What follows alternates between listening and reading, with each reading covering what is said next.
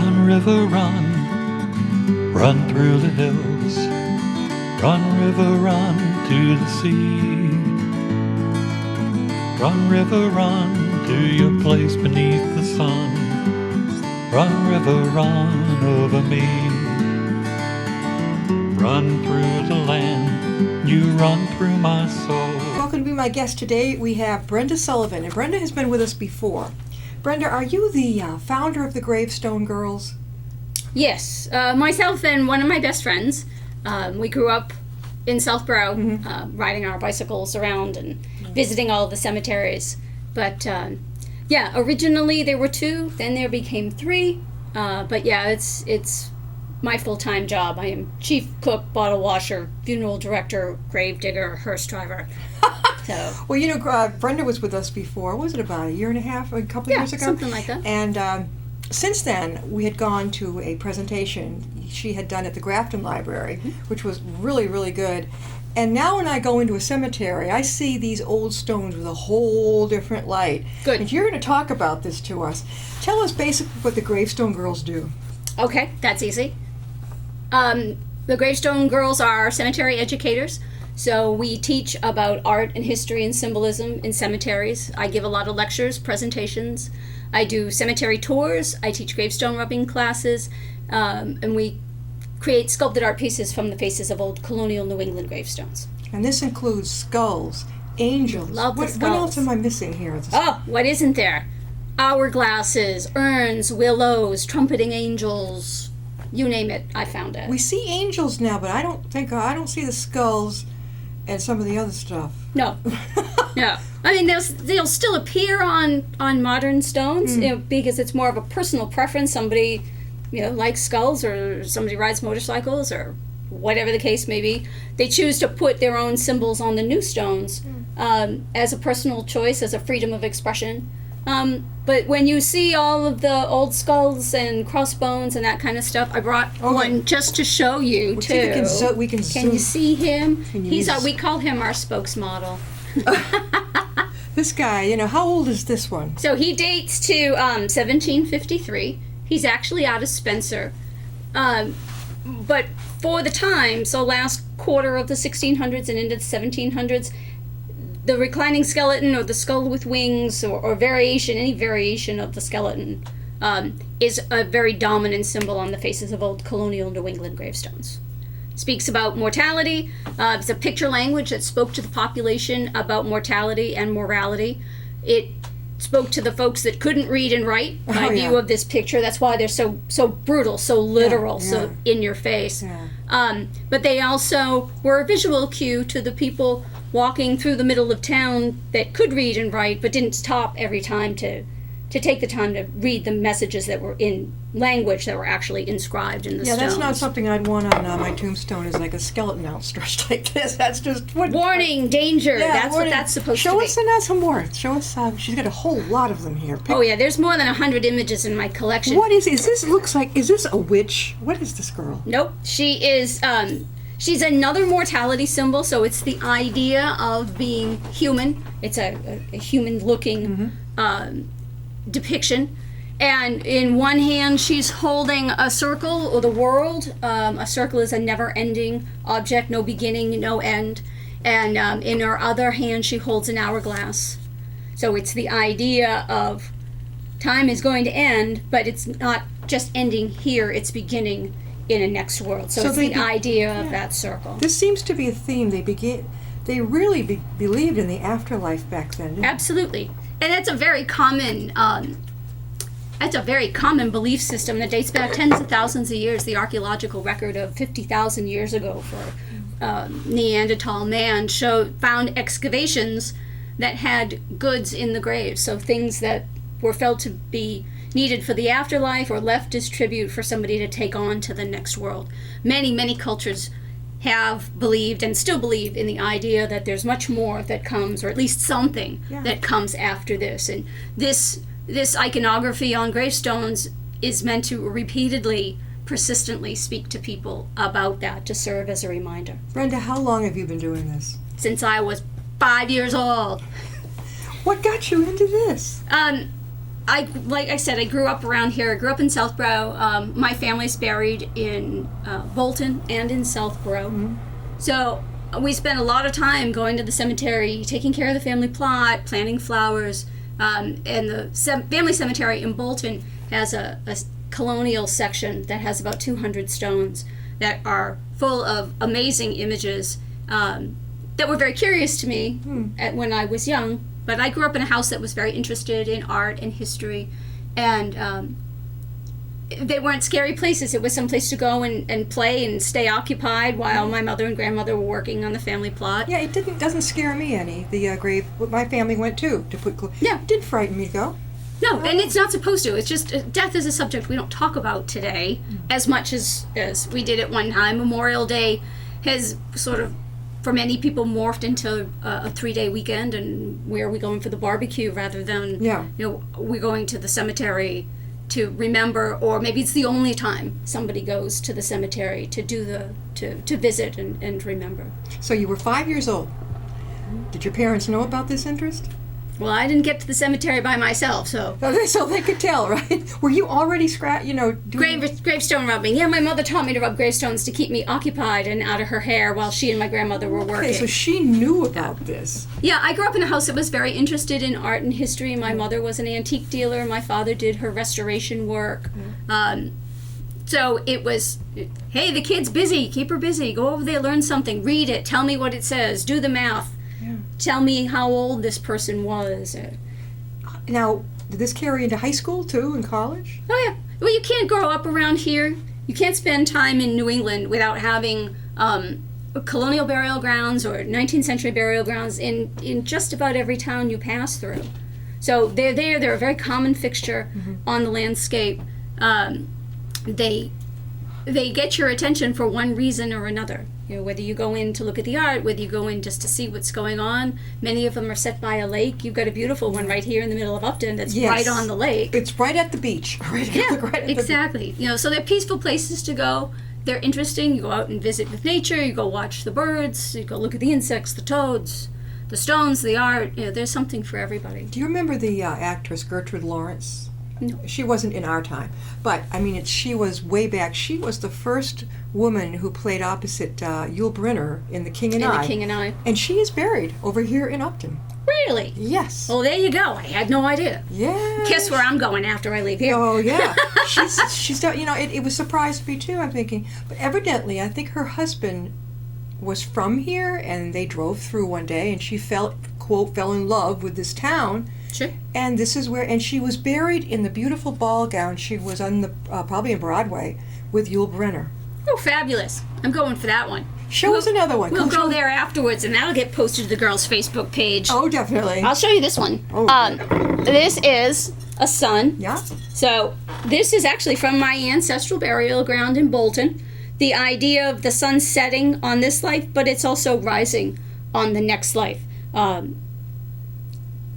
That idea that nothing ends. Yeah. This life may end here, but there's something to the other side. That would not have dawned on me that it was setting and then rising. I Yeah. would just said it wasn't that a cute sun. And that is how it is on the stone too. It wasn't like this, you know, I didn't caulk it. No, it was this way to give the impression that it's crossing the horizon. that was big back then.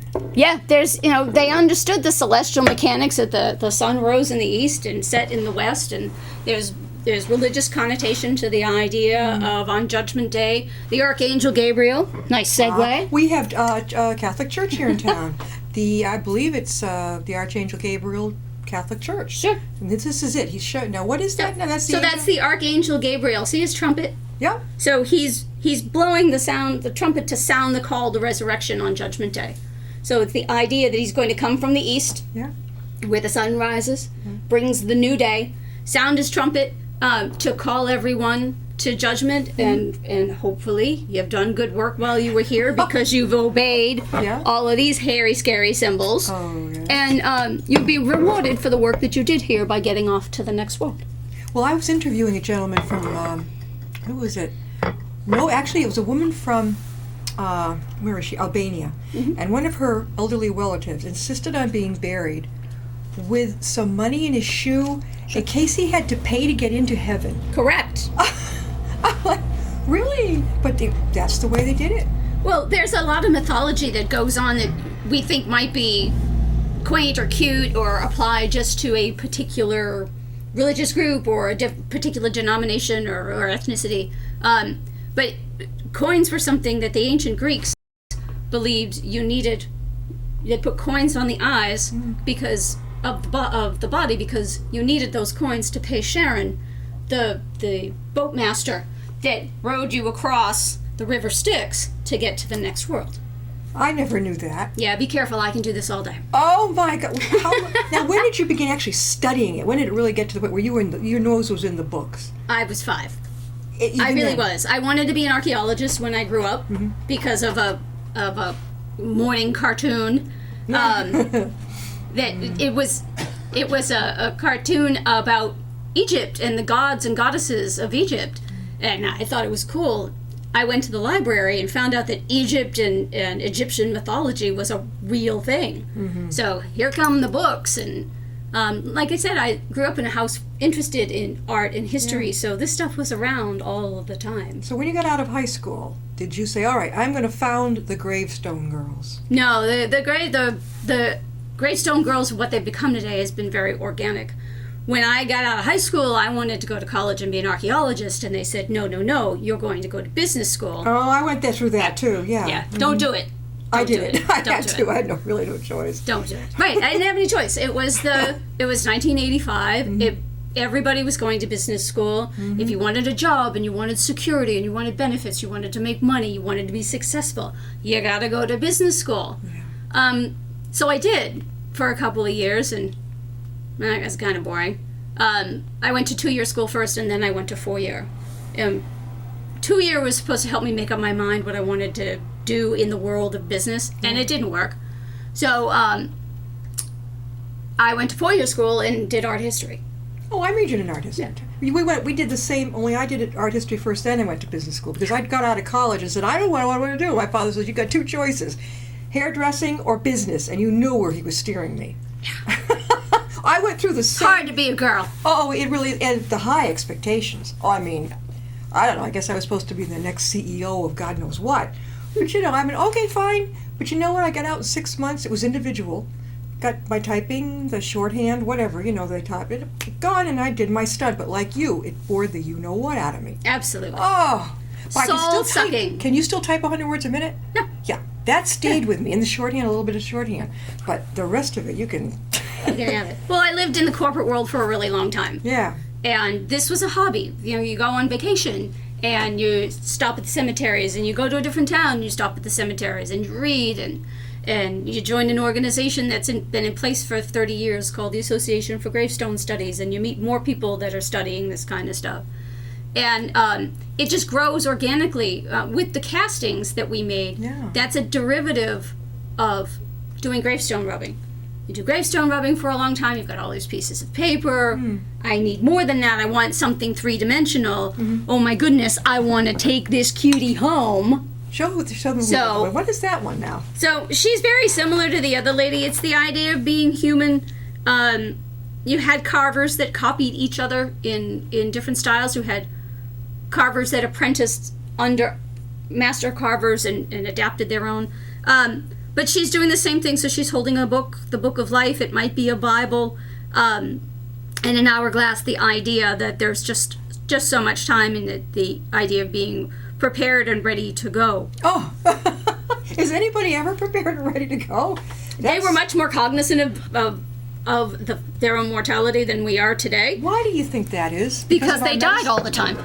They died very regularly. They knew people that died all the time. And young, much younger than people. They're in No, their not hundreds now. necessarily. No, well, No, it from what and there's no formal studies or anything, but from what I've seen on the gravestones, Yeah.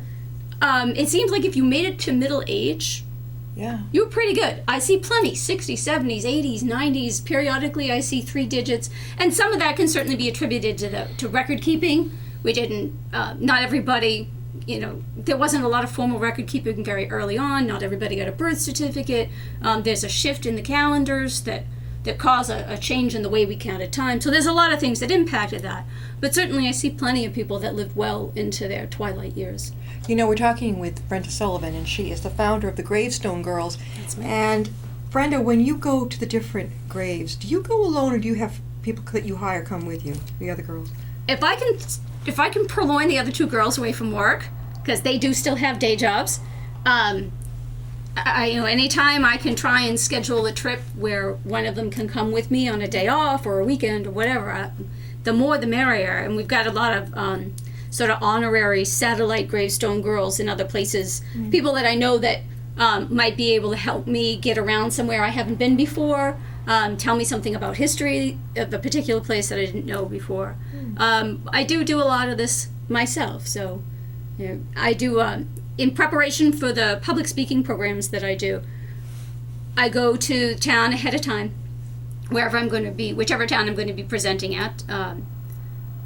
Go to town ahead of time. I go to visit all the cemeteries, and then I take pictures in the cemeteries of what I see, stylistically, symbolically, landscapes, and Like you did in Grafton. stories, whatever you did a makes great it. job in Grafton. Yeah. She actually showed us some of the local gravestones we Local had content. there. Yeah, local content is important.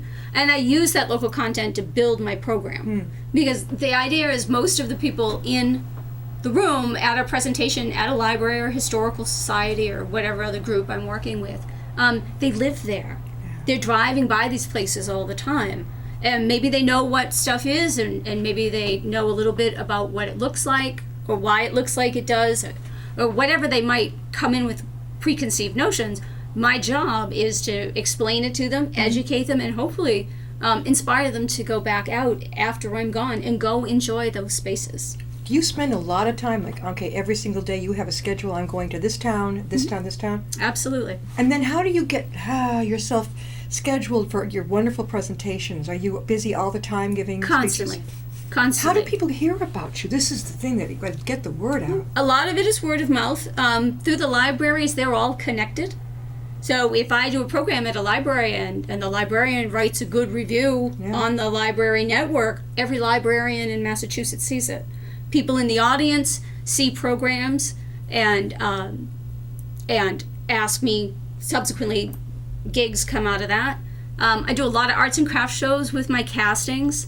I get people there that buy, or I meet people that are involved in whatever group or organization that want me to come and speak.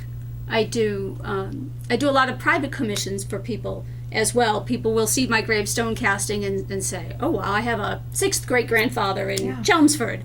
You know, can you go out and copy this stone for me?" So we do cleanings and we make commission pieces, and I do a little bit of everything. You know, it was a hobby that went from a little to the point your where job. if I was going to grow my business any further, something was going to have to give, and that day job had to go. So. Yeah, you got to get yourself out. One thing that gets me when I go to a cemetery, I'm not the only one, I'm sure, who notices, but you know, I know where my great grandfather is, over in Worcester, and I believe his wife, and my great grandmother. And I know basically where the grandparents are, because I don't know anything further than that, but that's pretty good. But what about these old gravestones I see, and there's no flowers? Where are these people? Do they just drop it? Do the families just give up? They don't follow it? A lot of people don't go anymore. Certainly you have families that die out, move away. I was thinking this morning, shame on me, how long it's been since I've been to look at one of the plots, an extension of family just over in Marlborough. Yeah. And I kind of put that on the to-do list. I got to go check in and see, because the last time I went to Bolton, one of the great-great-grandmother's headstones is off its base and it's about to go over, so it's time to get in there, call a friend that does restoration and get them in there to reset it. Brenda, do you have a book? Are you going to have a book out? Really? I get asked that a lot. Really? No, I don't. And I there's such a plethora of information out there already. Yeah, but not in your style. Not in your style. Well, there are people that study carvers. They tend to be very concentrated in particular areas, you know, to really develop the concept of this particular carver and his evolution. there's all kinds of symbolism books out there. If I could come up with an angle that hadn't been done, yeah, maybe. Well, when you give your presentations, it's always cool to have, and you have a little pile of your own, and you have a good sense of humor. I do. You have It's a true. whole I unique- enjoy my job. You do, No one and- will ever accuse me of not enjoying my job. Oh, definitely, and it comes across to us. And the thing is, your type of book would definitely be a whole different take on it. I still idea. I'd buy it in a second. It would be on the list if I could find more paper to make the list out of. That list is pretty long, so. Get on your computer, put it on Libra there, and just go for it. Ugh. Show us some more. Now, what is this? Right, this looks like a potted plant. What is this one? So that is, so when you get into the 19th century, there is a change from, we're changing from being an agricultural society to being a industrialized society. So the idea of having to speak to people in terms of those really brutal symbols like the skeletons and the axes and the trumpets and all of that isn't necessary. It's not the modern sentiment of the time. So the symbols become softer. There's a rise in neoclassicism, so there's a lot of hearkening back to Greco-Roman architecture. What you've got here is 3 flowers, so there's a sign of 3, a trinity, in a vase or an urn, a neoclassical artifact, and then in this is just a section of the stone, but you've got 2 neoclassical columns as well. So it would have been a very modern symbol of the time. Is that the same type of thing as this one? Yes.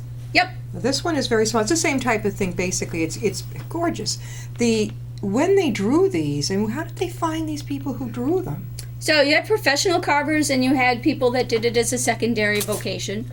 You might have somebody that's a stone cutter, that's a mason or a woodworker or a shoemaker or something that did all those other kinds of things and did stone cutting as well.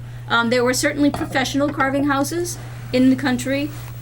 The oldest one still in continuous existence is in Newport. It's the John Stevens shop. It's been in existence since 1704, 1703. But you had people doing it to fill the need. You had people that needed jobs, so children got apprenticed out to learn these types of trades. Some were very good at it, some were not so good at it. Some went off and did their own variations, and it was necessary. It was needed, just like carpentry or farming or. About what century did they stop? Because obviously on the tombstones I see today, I'll see just maybe something very lovely on there, or maybe a sailboat or something, very modern. When did it stop being so in your face type of? So the colonial that colonial symbolism of the skeletons and all of those brutal images start to fade around 1730. There's an age of enlightenment that comes through where we've been here about 100 years. The modern people of the time look back at the superstitiousness of and the brutality of their ancestors, and they say, no, we've got a different relationship with our maker. We still believe that we need to behave and be virtuous. We still believe that we need to get off to heaven, but we're just going to express it differently. So those really brutal images start to fade, and those skulls are allowed to grow some skin and sort of do this humanistic reference thing. Exactly. That can then the urns and the willows come through in the early 1800s forward. They become the dominant symbol of the 1900s of the 19th century, and then when we come into the 20th century, there's a change again to the more modern landscapes that we're familiar with. Even the today. tombstones began looking different. Yep, absolutely. They lightened up a bit on the tombstone. Well, there's the primitiveness of the colonials. There's the over sentimentality and high emotion of the Victorian era of the 19th century. And the 20th century is a backlash against all that over emotion and over ornamentation of the Victorians. So there's an arts and crafts movement. There's another sort of industrial age that comes through. We learn a lot more about medicine. It moves from being an art to being a science. We understand how germs are spread. We get we understand what bacteria is. We have medicines for treating diseases that were fatal to the people that came before us. And as we do that, as we crawl through the 1900s doing that, we get farther and farther away from our own mortality. So where it was very common for someone to die of a cut that gave you blood poisoning, or to die of food poisoning, or because you didn't stay hydrated, or fall off your wagon and hit your head on a stone, or whatever the case may be, we don't have to worry so much about that, because we've got medicine that takes care of that. And if you look at the things that medicine does now, you need an arm, no problem, we'll give you an arm. You need a kidney, no problem, I can give you one. Some of the the graves, I know that where my parents are, it's gorgeous. I mean, there's this beautiful lake over on the sides in Foxborough, gorgeous place. And they are very liberal there about people. You walk in, it's almost like Disney World, not overdone. But people are allowed to do beautiful, I mean, landscaping around the gravestone. I keep it very simple with just like the flowers, but some of them have wind chimes, all kinds of things. They got a lot of personality. Yeah, and do you ever notice, at first I didn't know what it meant, but you go to a cemetery and you'll see there's rocks, stones on the top of that person. It's people go to visit and leave a stone. Yeah, it's a way of signifying that there's been company, that there's been somebody there to visit. It's initially a Jewish tradition. Oh, okay. But it's been adopted out over time. Other people do it as well, or they'll leave pennies, or they'll leave a matchbox car, or something that's personal, either something very simple and universal as a stone, or something more personal between the visitor and the person they're going to visit. Yeah, what I did is I took one, you can get them at a craft store, like a wooden heart, and I painted it red, and I put love to Mom and Dad together. And then I put it right there in front of the flowers. Now I never thought to go and just put a rock on their headstone. I mean, I guess it's okay. You did it your way. Yeah. Yeah. That's all right. That's the point. Some places are very strict about what you do. Yes, they are. Wow. Yeah, they are. They can be very strict about it because of landscaping. You've got to mow around all of that stuff. So if everybody's putting gardens in front of it or planting things, it makes it difficult for the landscaping to be done. And some of them are trying to preserve a landscape. They're trying to keep the eye even over the plain, to make it look pastoral and blend more with the landscape, and not be so busy to the eye. Brenda Sullivan, let people know how they can reach you. If they'd like to have you come, or they want to... Oh, yes, please. Yeah, Hurry, sure. the calendar's filling up. Hurry up. Couple ways to reach us. So, shameless self-promotion on the website, www.gravestonegirls.com. Come and see it. It's beautiful. Our webmistress just redid it, and it is beautiful. I praise her every chance I get. We're also on Facebook. We're always posting about where we've been and the things we're doing, not just programming, but as well as the jobs that take us out into the field, or the road trips. The calendar on both the website and the Facebook page shows all of our events, the craft shows, the classes, the lectures, all things you want to know about Gravestone Girls, you will find there. One last question that's been bugging the heck out of me. When you were growing up, Okay. and your friends, like, I assume you had some gal pals, what did they think? Did they think it was spooky that you were into this? No, they were right there with me. They loved it. Of course. And most people do. That's good. That's why I've been back here twice. Yes. That's why you went to Grafton. Yes. That is why when I give a program, I've got a lot of people in the room. That's why I sell a lot of gravestone castings. There is still this funny little taboo that is like, oh, maybe I shouldn't talk about death and gravestones, and maybe people will think I'm crazy and morbid. But 9 out of 10 people, as soon as I tell them what I do, they're like, oh my God, I love cemeteries. And then they want to tell me their cemetery story. They want to tell me about their stones. They want to tell me about their experiences, their art, their family, whatever. They did not cremate back then, before we closed. Sure they did. Did they? Yeah, absolutely. Okay. Cremation goes back BC. Really? Yeah, absolutely. Oh, okay, that's a topic for That's another really day. where that urn comes from. Oh, that's what that is. It's Okay. it's part of the influence of the urns that you see on the 19th century stones. Yeah. There's excavations going on all over Europe, Yeah. in places like Pompeii, Herculaneum, Rome, excavating the Roman Empire in general, and they're finding these cinerary urns that date back to the Roman times. All right.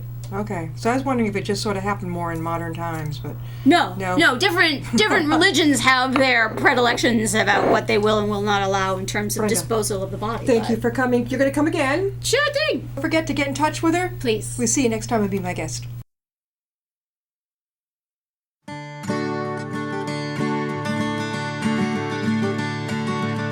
Run, river, run, run through the hills. Run, river, run to the sea. Run, river, run to your place beneath the sun. Run, river.